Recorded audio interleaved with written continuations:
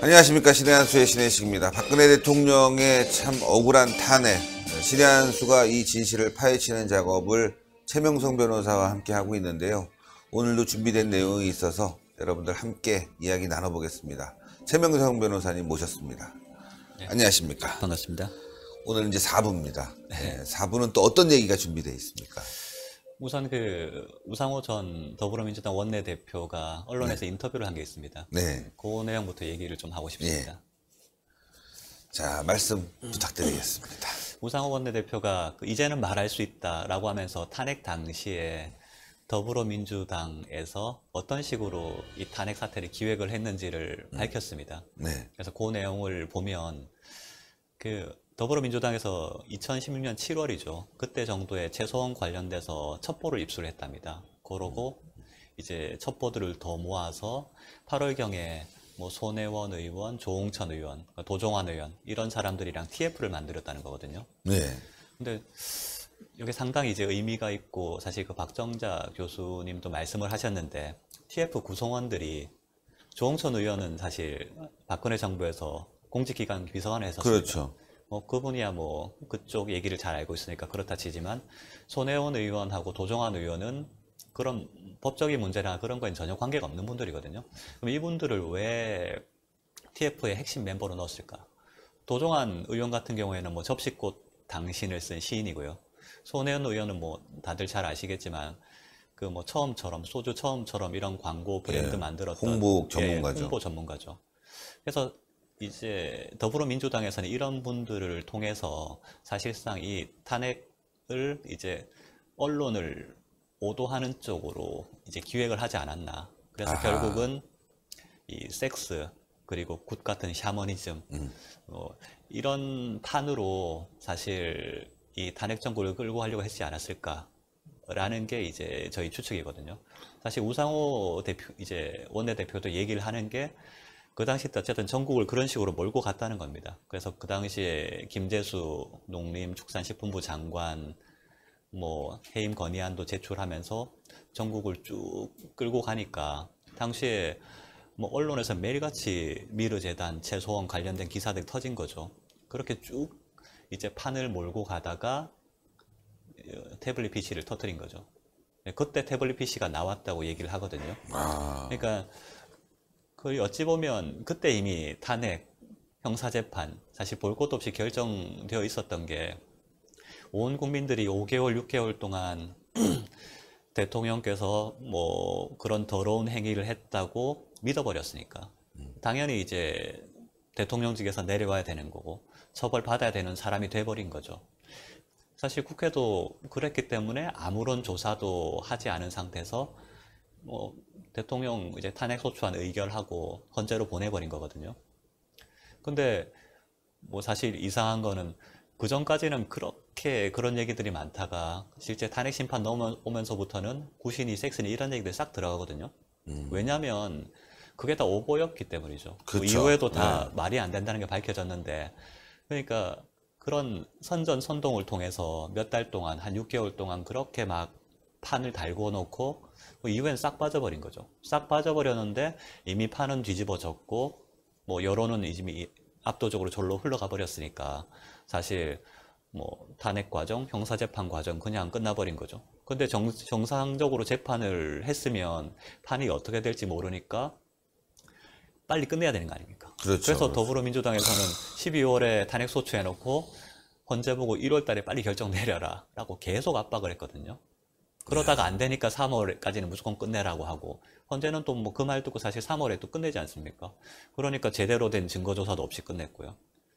그렇게 했으면 이제 형사재판에서는 제대로 하나 파봐야 되는데 그럴 것 없이 주사위 재판 밀어붙이니까 변호인들이 기록을 보고 증인신문 준비할 수 있는 시간도 없고 그렇게 끌려가다 보니까 그것도 끝나버린 거죠. 그것도 하다 안 돼서 총사퇴하고 대통령께서 재판 거부를 하니까 검찰과 국선 변호인들이 나와서 그냥 해버린 재판이 돼버리지 않습니까? 그러니까 사실 이 전체 절차가 말이 안 되는데 이제 그 시발이 이 더불어민주당의 이런 TF 여기서부터 시작이 됐다고 보는 거죠. 결국 이제 탄핵이라는 것은 저자들이 선동, 네, 거짓된 선동이 주가 된 것이고, 민주당도 네. 뭐 진실규명 필요 없다. 선동해서 국민들을 맞습니다. 오도하자. 당시에 그 문재인 당시에 전 대표 같은 경우에도 뭐 탄핵 안 되면 뭐 혁명밖에 없다 이런 식의 얘기를 아, 그러니까요. 했잖아요. 이재명 지사 같은 경우에도 뭐 탄핵이 기각되면 뭐 불복종 하겠다, 뭐 헌재도 탄핵시켜야 된다 이런 얘기도 하고 당시에 그 촛불 집회 때 유력한 대선 주자들이 모두 나가가지고 그렇게 광장에서 그렇게 시위를 했거든요. 이게 사실 말이 안 되는 거죠. 이야, 진짜 그러니까 헌재가 근데 거기에 굴복했다는 건 더 말이 안 되죠. 그 TF팀에 손혜원이 또 있었군요. 네네. 네.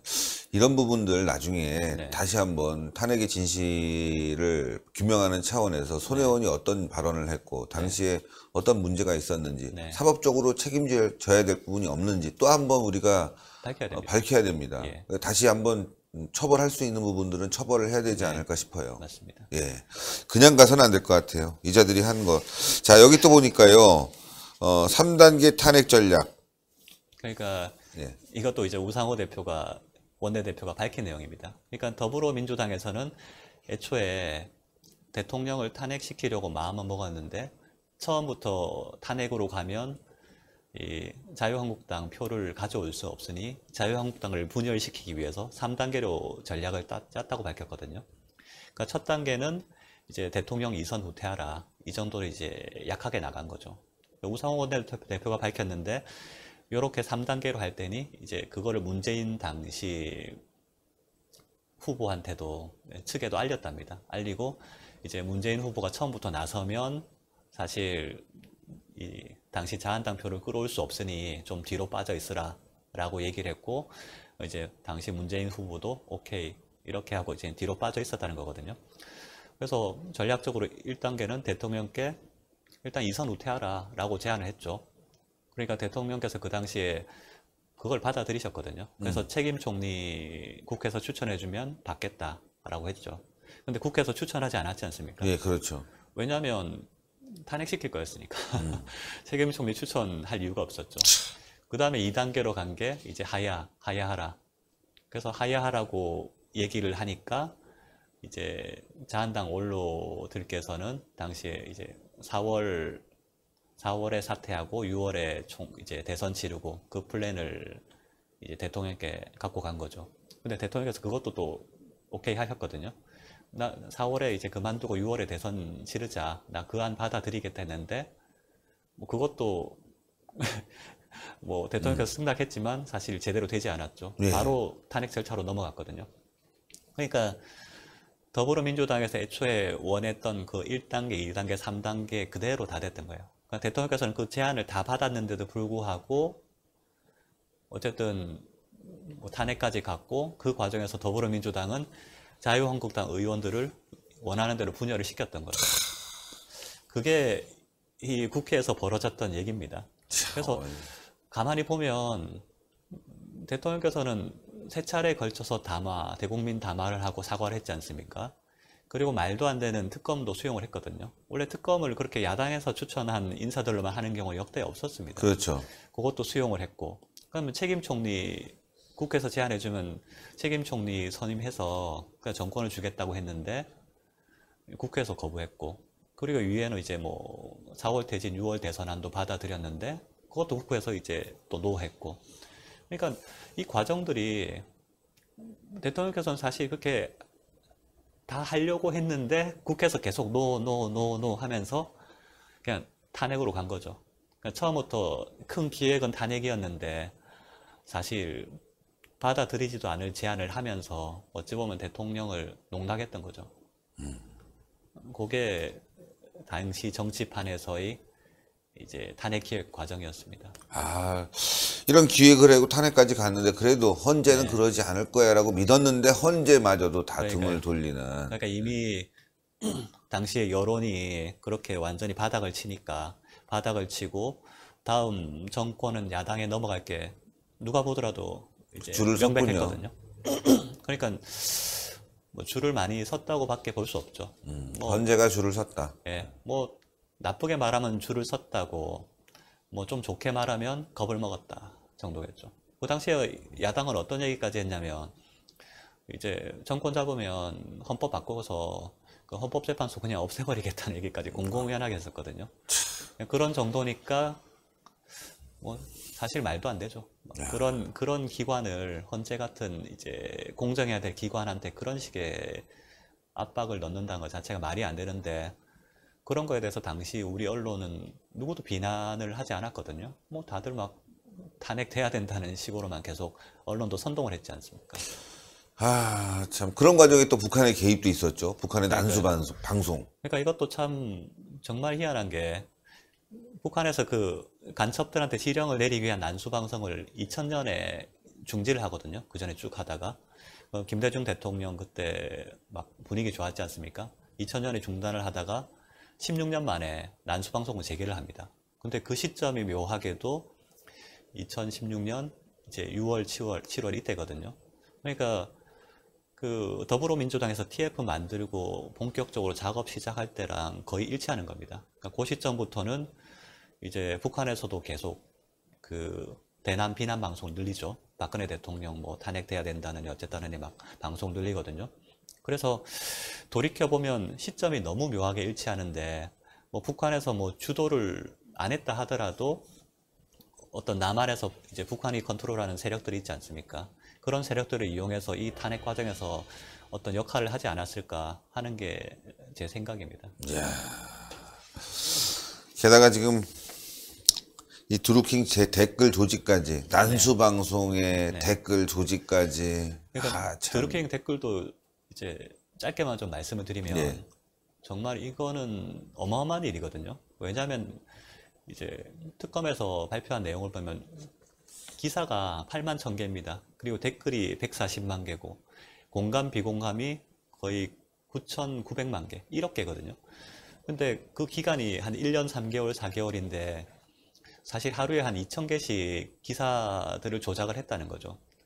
그 이번에 그 김경수 특검 관련해서 한변에서 토론을 했지 않습니까? 예, 예. 거기서 이제 발표한 자료를 보니 실제 우리나라 국민들이 그 공중파 방송보다 인터넷에서 기사를 더 많이 보는 걸로 나왔어요. 그렇죠. 그래서 인터넷에서 기사를 더 많이 보는데 그 중에서 이제 사실 기사를 믿는 비중보다 오히려 댓글을 믿는 사람들이 더 많다는 많죠. 겁니다. 네. 그러니까 이 댓글을 조작하면 기사를 다 조작하는 것 같거든요.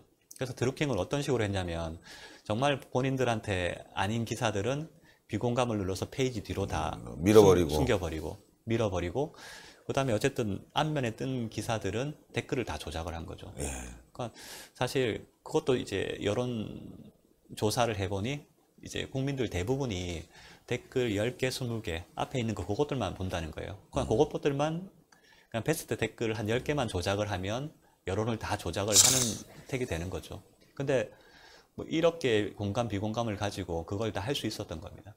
그 당시에 저는 그 반기문 후보, 안철수 후보가 가장 큰 피해자들 중에 한 명이라 보거든요. 안철수 후보도 예전에 또 떠올려 보면 막 지지율이 그렇죠. 문재인 올라가다가 후보랑 거의 MB 아바타서부터 그냥 하다가 마시갔죠. 갑자기 확 떨어졌지 않습니까? 그때 아마 드루킹이 큰 역할을 한 것 같고, 사실 탄핵 정국에서도 드루킹이 큰 역할을 했죠. 온갖 그런 루머들을 다 퍼다 나르고 댓글을 달고 한 게 뭐 드루킹이죠.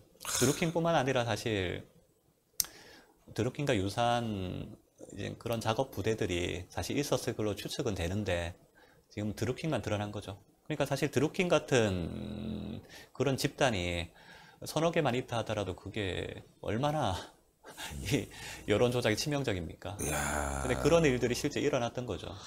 이게 이제 TF팀을 꾸려서 홍보, 그 다음에 도정환 같은 게 언론 네. 플레이를 할 수 있는 시인, 이런 전문가들을 모아놓고 네. 진실규명보다는 선동으로 갔고, 거기에 드루킹이 동원되고, 네, 네. 북한까지 또 개입돼서 네, 그러니까. 선동하고. 그러니까 당시에 박 대통령께서 어찌 보면 이제 너무 그 개혁적인 일들을 많이 하시다 보니까 적이 많았죠, 당시. 통진당 해산시키고 공무원 연금 개혁하고 여러 가지 되게 많았거든요. 그러다 보니까 이제 사방팔방이 적이었죠. 그 적들이 이런 걸 기화로 해서 그냥 다 몰려들었던 거죠. 이 부분도 정말 진짜 속 터지는 일이네요, 진짜. 예, 한번 조사가 필요하고, 이제 드루킹이 터졌기 때문에 네네. 좀 이걸 가지고 밑바닥부터 쭉 찾아 나가야 될 맞습니다. 그런 상황 같아요. 네. 자, 변호사님, 저희가 이제 젊은 분들에게 또 이 사건을 알리고자, 뭐 탄핵 2년 동안 들으신 분은 너무나 잘하니까 하지만 네네. 또 많은 분들이 또 궁금해하는 분들이 있어서 네네. 짧게 했는데, 시청자 여러분들께 네. 뭐 미처 못다했다거나 예. 또 추가하실 말씀 있으면 부탁드리겠습니다. 시간이 한 몇 분 정도 해도 아, 되나요? 괜찮습니다. 예, 뭐, 충분합니다. 이 사회 동안 이런 얘기를 하면서 제대로 못했던 게 검찰 얘기인 것 같습니다. 예, 한다고는 했는데 많은 국민들이 아셔야 될 게, 제가 몇 가지 예를 들어보겠습니다. 그 검찰에서 그 중요한 김수현 녹음 파일이죠. 고영태 녹음 파일을 이전에 다 입수를 하고 있었거든요. 입수를 하고 있었는데 그거를 이제 숨기고 안 내놓고 있다가 저희가 그 사실을 알게 돼서 나중에 이제 헌재 이제 녹음 파일이 등장이 합니다. 그러니까 사실 검찰이 정말 공명정대하게 했다면 그런 녹음 파일도 사실 헌재에 다 제공을 했어야 되는 거거든요, 애초에. 그러니까 검찰은 그걸 하지 않았죠. 두 번째로 그 JTBC 태블릿 PC도 검찰에서 어찌 보면 한동안 숨기고 있었죠. 최소원 씨가 그렇게, 아니 내가 쓴 태블릿 PC라고 하면 나한테 보여달라고 했는데도 검찰에서는 사실 보여주지 않았습니다. 이거 자체가 또 말이 안 되는 거거든요. 게다가 또 검찰은 어떤 일을 했냐면 그 중요한 고영태가 사실 그 전에 그 여러 가지 범죄를 저질렀다는 사실은 많이 드러나 있었습니다. 그런데 탄핵 정국에서는 전혀 고영태를 잡거나 수사를 하지 않았죠. 고영태가 사실 구속된 게 탄핵되고 나서 한 달 이후인 2017년 4월 13일입니다. 이것도 사실 정치적 의도가 있다고 밖에 볼 수 없는 상황이죠. 게다가 정유라를 보쌈 증언을 시킨 거, 그렇게 두 번이나 영장이 기각된 상태에서 뭐 공공연하게 세 번째 영장 신청하겠다고 해놓고 그런 증언이 나오니까 지금까지도 영장을 안 치고 있죠. 뭐 정말 내부적으로 어떤 일이 있었는지 누구나 다 추측이 가능하실 겁니다. 그리고 마지막으로 장시호 씨. 그 장시호 씨는 특검의 복덩이라고 불렸지 않습니까? 그렇죠. 그래서 특검이 어떻게 회유를 했겠습니까? 나중에 가보면 그 말도 안 되게 특검에서 1년 6개월 구형을 하거든요. 그러니까 법원이 보기에도 정말 말이 안 되는 거예요. 그렇죠. 지은죄보다. 그래서 이례적으로 특검이 구형한 것보다 1년을 높여서 2년 6월을 선고합니다. 이런 몇 가지 예들을 보면 과연 당시의 검찰이 제대로 수사를 했는가, 정말 정치적 셈법에 따라서 수사를 진행한 게 아니었는가 하는 의심이 들 수밖에 없는 거죠. 검찰이 그렇게 했고 뭐 헌재가 그렇게 했고 법원도 그렇게 따라갔죠. 그 언론도 마찬가지였고. 예. 그래서 이 사태가 여기까지 벌어지게 된 겁니다. 마지막으로 이제 드리고 싶은 말씀은, 사실 어찌 보면 자유민주 질서를 지탱하는 체제가 사실 이런 기관들입니다. 법원, 헌재, 검찰, 언론. 그런데 사실 여론이 조작되고 그렇게 광풍이 불어닥치니까 이런 기관들이 사실 다 쓰러져 버린 거거든요. 예. 다 진실에 눈을 감았죠. 그리고 제 역할을 못했습니다. 그래서 이제는 그런 일이 있으면 안 되겠다. 다시 우리 자유민주 체제를 다시 바로 세우고, 그렇죠. 법치 질서도 바로 세우고 그런 일을 해야 하는데, 그 시발점이 뭐냐? 이 탄핵의 진실을 밝히는 거라고 생각을 합니다. 예. 여기서부터 모든 게 다 시작돼야 되고요. 그렇기 때문에 시청자분들께서도 그런 탄핵의 진실을 밝히는데 많이 동참을 해 주셨으면 좋겠습니다. 네. 아, 너무너무 감사합니다. 젊은 분들에게 조금 네. 짧게 저희가 알려드리려고 그랬고, 예. 다음 모셔갖고는 네. 좀 길게 예, 집중으로 그냥 들어가는 네, 기회를 감사합니다. 또 갖겠습니다. 예. 대단히 감사합니다. 예, 감사합니다. 네. 예, 여러분들 이 영상 주변에 좀 많이 좀 알려주세요. 4편으로 나눠져 있는데요. 여러분들이 주변에 좀 많이 알려서 탄핵이 어떻게 진행됐고 어떤 문제가 있었는지 알려주시면 좋겠습니다. 그리고 최명성 변호사님 앞으로 계속 모셔서요. 저희가 더 집중적으로 탄핵에 대한 진실 관련 문제들을 또 계속 이야기할 겁니다. 저희는 끝나지 않습니다. 한번 얘기했다고 해서 끝난 게 아닙니다. 계속 새로 드러나는 사실을 더 업데이트해 나가면서 여러분들께 방송을 하겠고요. 최명성 변호사가 쓴 책이 있습니다. 탄핵 인사이드 아웃. 여러분들 많은 구독 부탁드리겠습니다. 탄핵 인사이드 아웃 서점에 가시면 판매가 지금 절찬리에 되고 있고 지금 베스트셀러입니다. 그리고 인터넷 서점을 통해서도 구매가 가능합니다. 탄핵 인사이드 아웃 꼭 구매 부탁드립니다. 동그랗게 올라가는 구독 버튼도 꼭 눌러주시고요. 추천 버튼 부탁드리겠습니다. 대단히 감사합니다. 네, 감사합니다. 감사합니다.